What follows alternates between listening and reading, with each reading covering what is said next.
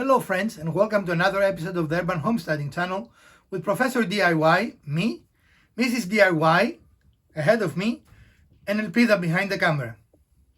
So today we're going to build this very versatile decoration, and it has a removable top, so you can put light in it, or if you want you can make a circle here and use it as a pen holder or a flower pot. You can put a little glass container in there, right, with with some water. So it's a very versatile project, and we might make another top with a hole in it, right? We didn't build it together, but that's a fairly straightforward thing to do. So it increases the versatility. Again, these are easy to remove. They're hot glued together, so if you hit them, you can just pull them off and put any new decorations you want. And the decorations we didn't make, which is those things under the windows, the fox and the squirrel, you can buy very inexpensively. All we did is we destroyed one of these things that we bought at the store. That was a Christmas decoration and happened to have those little animals on it. We're going to try and build a decoration that it is for all year round, which means that you will be able to alter it with ease to fit any occasion in your house. And we're going to do it using not only free wood, but old wood. We went in our yard and we picked up a very old pallet that has been aging and getting older and older, right, for a long period of time. And this is the remnants of it after we broke it up. And we're going to use that to build our project today. Like always, we're going to show you every step of the way so you can make this thing yourself. The hardest part of the project is taking the pallet apart, especially since this pallet has been aging outside in the weather for over 5 years. Be careful here, as you can scrape yourself with old nails and that can be a danger to yourself. Other than that, take it slow and you will get some great wood to use. Because of the condition of the pallet, it was not really possible to save all the wood, because trying to take all the pieces off would probably splinter them and make them less usable. So just cutting them through, it is the best, easiest way and actually yield the most amount of wood. In a new pallet, you can actually pull the boards off and get a little more wood, but in our cases we have plenty of wood for our project, and this was a fast way to disassemble the pallet and get us the best wood we needed. This is wood that has been outside for many years. As you can see, the inside of the wood is still fine, right? It has weathered very nicely, but there is still solid wood inside. So this is what we reduce the pallet to, and hopefully we have enough wood for what we want to build today. If we don't, we're going to supplement it with scrap. Of which we have quite a bit. Yes, we do. Okay. So we're going to start by looking at our pieces and see which ones initially we think we're going to use. So these so far look good. And I want a couple of the wider ones.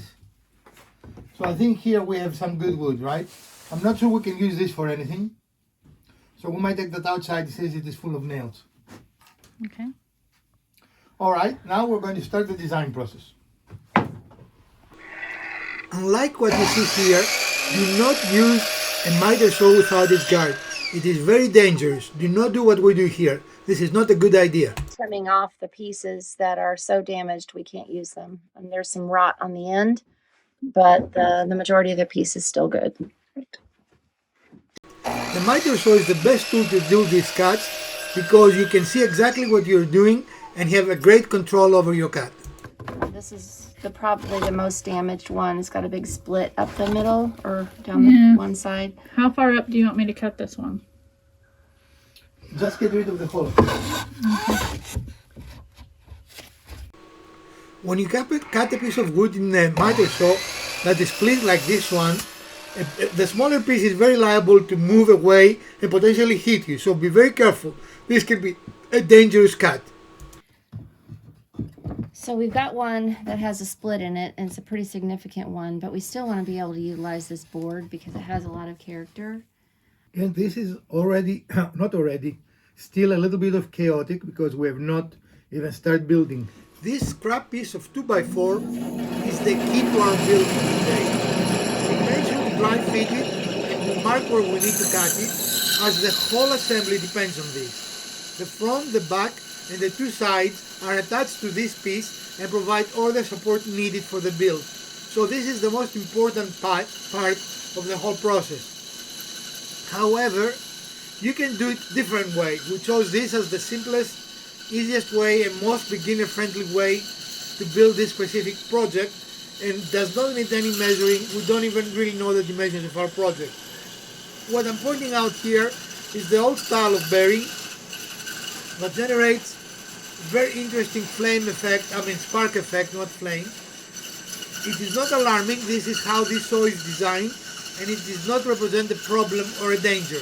However, newer saws have totally different bearings that do not generate this. I kind of like this old saw and the little sparks that make you feel alive.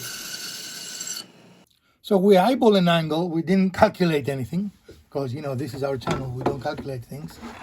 And we created a bevel cut here. And it's at about 25 degrees.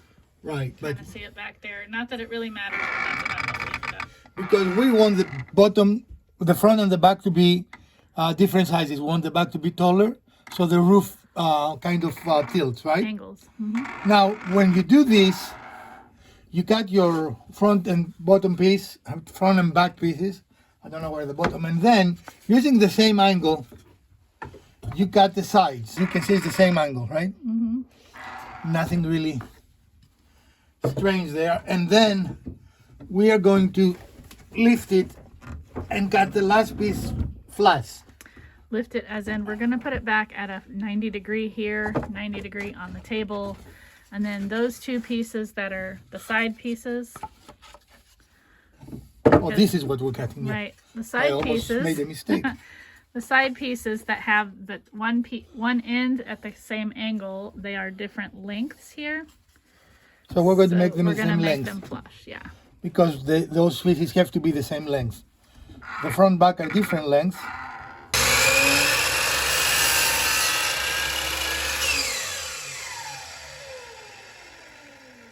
And now our two side pieces are the same height with the same angle. So we're using some of the cutoff pieces from our disassembly of the pallet. We have found this piece here that looks like it has a hole or a window in it, and we're going to make that into our door. But for the scale of it, we think it's a little bit wide, so we're going to take a little bit off the side here to make it a little thinner, narrower, and we'll go back to the bandsaw for that. No measurements or precision cutting needed here. Just freehand cutting. You want that randomness in dimension, and you want to keep this natural piece looking natural even though you're using a sharp blade to cut it. This piece has a very rustic old style look, and you do not want to make it look any different. So if you had the perfect cut here, it will distract from the piece. Freehand is the best way to make this cut, and I think that the bandsaw is the best saw to do it, but by no means the only saw. Any way you can use to cut it will work for this specific piece, which is a fairly small piece, so even a hand cut will work absolutely great. You do not want this to be a monochromatic piece. We're going to paint the back, which is the front of the house, so the door that will remain unpainted will actually pop out. It is important to put some color here. All right, so we're preparing for the front of our little house. And we've got the door in place. Well, not in place, but we know where we want it to go. And we'd like to put some windows here. So we've got to cut some holes out because we'd like to be able to see into the house. So we're going to cut out some squares. We used just a scrap piece to make the outline that we wanted for about the size and the placement of our windows. And now we're going to prepare to cut these holes out. And we're going to use a jigsaw for that. You could use a scroll saw as well if you have one. Right? So we're going to start with using a drill bit that it is big enough to allow for our blade to go through.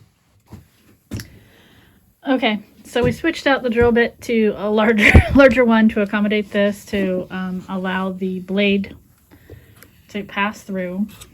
We're also going to take the punch and punch where we're going to start drilling so that the drill bit does not walk. And for each of these little squares, we're making 2 drill holes. And that's enough, yeah.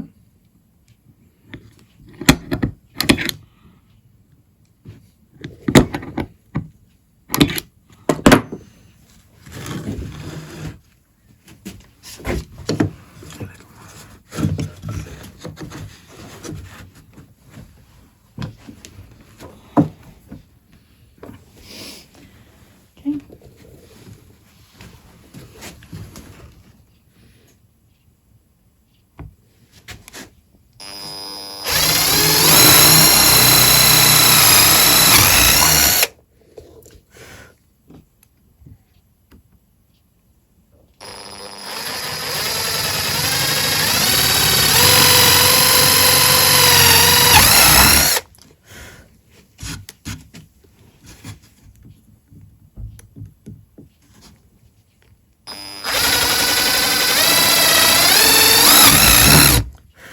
I'm going a little slow and gently at first because I really don't want to crack or break the wood. It's a senior citizen. Now we see if we chose the right drill bit. It's not plugged in yet. Power? Power is required for power tools when you do not have the battery You know, we pack. do not have a cordless I know, jigsaw. I know. Only corded. Try on that one. You're going to hit this first. A lot of people state that the jigsaw is a horrible saw that cannot do very good cuts. I beg to differ. As you can see, the jigsaw is the best saw for this specific project, and if you are careful with it, actually can make very straight cuts. It can be the starting saw for many people. It does not cost a lot of money. It has a variety of blades that you can use for every occasion virtually. It can cut metal, it can cut wood. I do not know why there is such a bad rap for this tool, which is a great tool to have, and I definitely think for a beginner woodworker, this should be one of the first tools that you buy. We use our saws very often, especially the jigsaw, and the only thing you need to keep in mind is, even if you buy an inexpensive saw, buy good quality blades. That is, by the way, true for about any saw you might ever use. You don't need to buy the most expensive saw, but the blades need to be of good quality. Cheap blades will make even the best saw look horrible, where good blades will make even the cheapest saw cut great cuts. So that is the secret. Spend your money on the blades, not the saw, and you will do great. So we have our 2 windows. And now, if you want, you can make a small window panes, is that what they're called? Mm-hmm. Using small pieces of wood. We, I think, going to use our laser to do the same thing. If you don't have a laser, however, you can just have all kinds of wood here, or you can use plywood or any small pieces of wood to cut, in essence, 2 small pieces and glue them together, right? Mm-hmm. Small pieces. Yep. So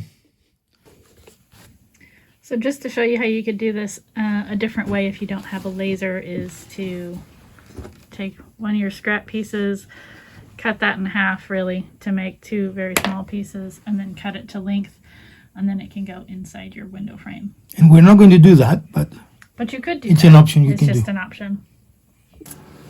All right, so we have all 4 of the sides of our structure laid out here, and what we did was lightly sand the surfaces that we're going to paint.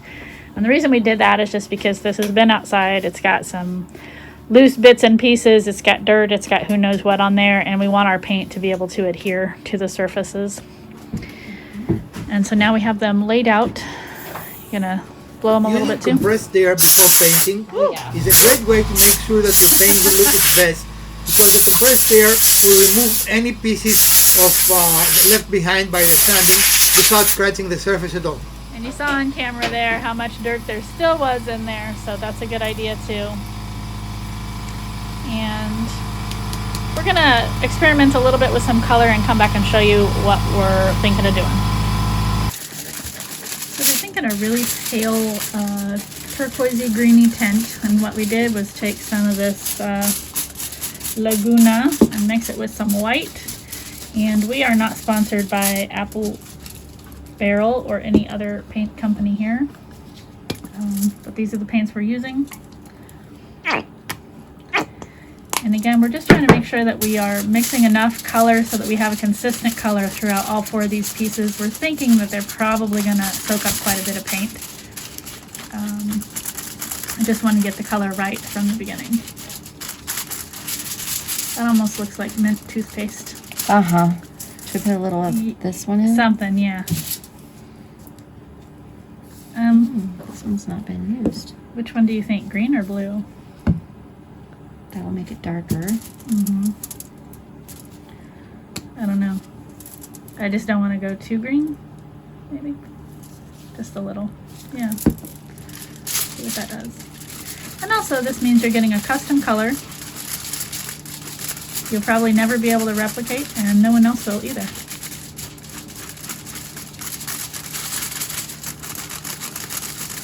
And as you can see, we also have put down some foil to protect our surface. It's also serving as our paint palette. Multi-purpose things here we have. I'm kind of liking that.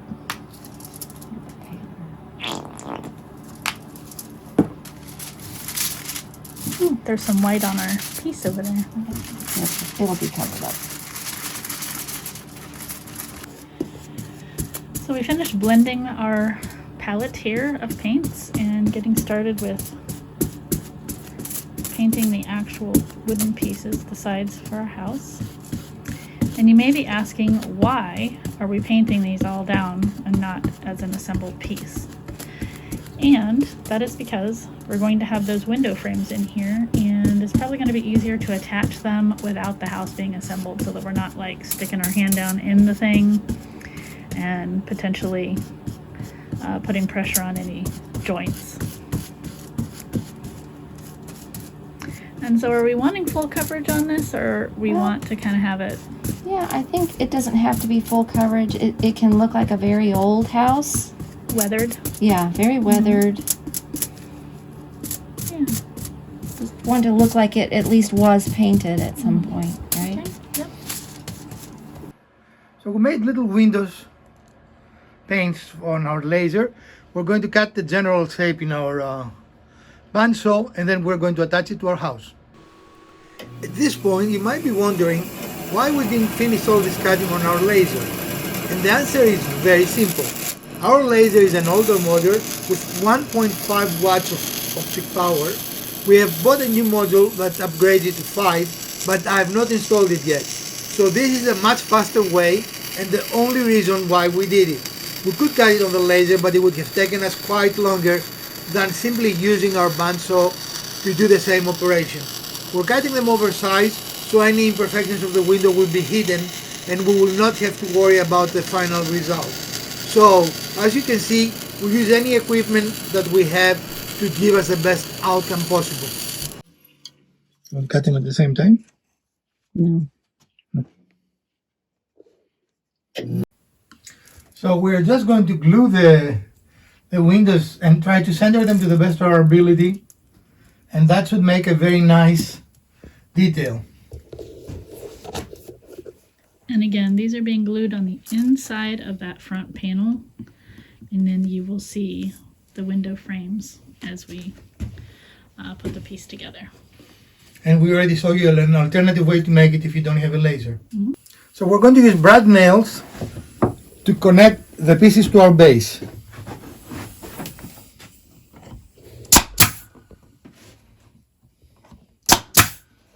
Okay.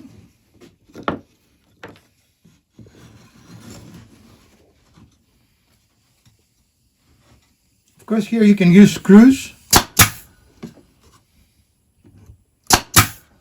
What else can you use? And other things. You could use glue if you didn't have any of these things. Right. I mean, glue would hold it together. Yeah, that's correct. Hot glue would probably be the best because it'll dry the fastest, set the fastest. But we happen to have these. Do so. we need to make it a little shorter? You're good? Mm-hmm. So now we're aligning the back piece.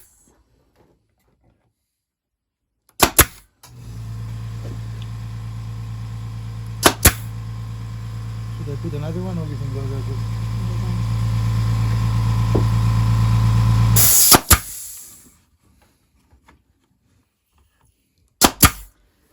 don't need a whole lot. This isn't going to be... No, there are no structures. It's not structural. It's not going to be holding a lot of weight. And last but not least,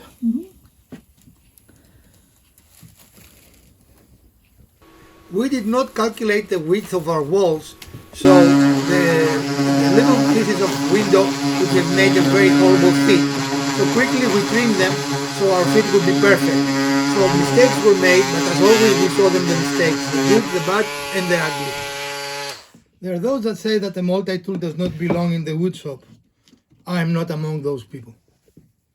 Clearly, right? So what did we just have to do there? Well, we had to really narrow our windows because we didn't have enough clearance. So we had to accommodate for them to fit in here and make sure that the piece was going to sit flush. And there we go, and we'll be able to attach that. Is it flush? Yeah, I think it's looking pretty good. So here is our roof, and we want it removable for various reasons. So we just put a little stop that controls where the roof stops, and it's always going to be in the same spot.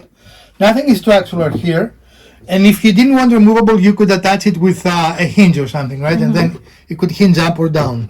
Right, and because we wanted this centered, what we did to make this on center was to measure the width of the board, mark it on center, and then our piece that we had kind of cut to fit in here with just a little bit of play, found the center mark on that and then lined those two up and allowed for the spacing of this by using another piece there. And by spacing, it means the width of the board.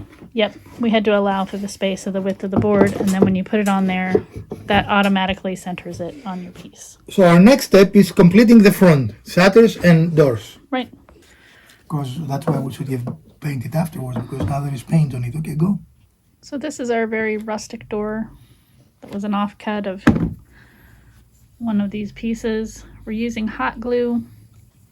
Which is hot. Yeah, hot glue is hot, but it will adhere pretty quickly and it cures a little faster than our tight bond. A lot faster. Yeah.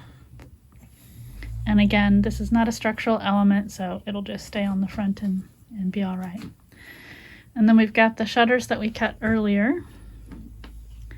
We're going to attach those. And the whole idea is that this is a very rustic looking decoration, right? Baby, it's cold outside. It is. Not as cold as it has been. Today has actually been pretty nice, but... Because tomorrow there is a typhoon coming. but it is still chilly out here in the shop, so having the big buddy here has been very nice. Okay, now we need to look for decorations. We're adding a little bit of festive decoration here, repurposing some other things that we had purchased, removed them off of this here. And those are very inexpensive Little ornaments. little ornament. You can buy the little wreaths and things like that at Dollar Tree. And Very here, nice. hot glue is the best because you can heat it and remove it and make it another season. So this is, as we said, is not a seasonal decoration. A little detail that makes, I think, a difference is this little fox outcut and this little squirrel. You can use your laser if you have a laser, but these specific ones we did not make. They came with the ornaments from the dollar store, and we just removed them and repurposed them here. So friends, this is the end product. Again, this we intended to be a decoration year round. We have just hot glue attached these pieces, and through the seasons you're going to remove it. To remove hot glue, all you have to do is heat it again. So you can use a heat gun and it will come off. So we intend this to be a year-round decoration kind of thing. This is our simple project for today, and we hope you enjoyed this episode. And if you did, we'll appreciate a thumbs up. If you didn't hit the other button twice, share, like, subscribe. Let us know, do you enjoy this episode and you like similar episodes in the future? Professor DIY, Mrs. DIY, and Elpida, happy holidays, and let's build something together.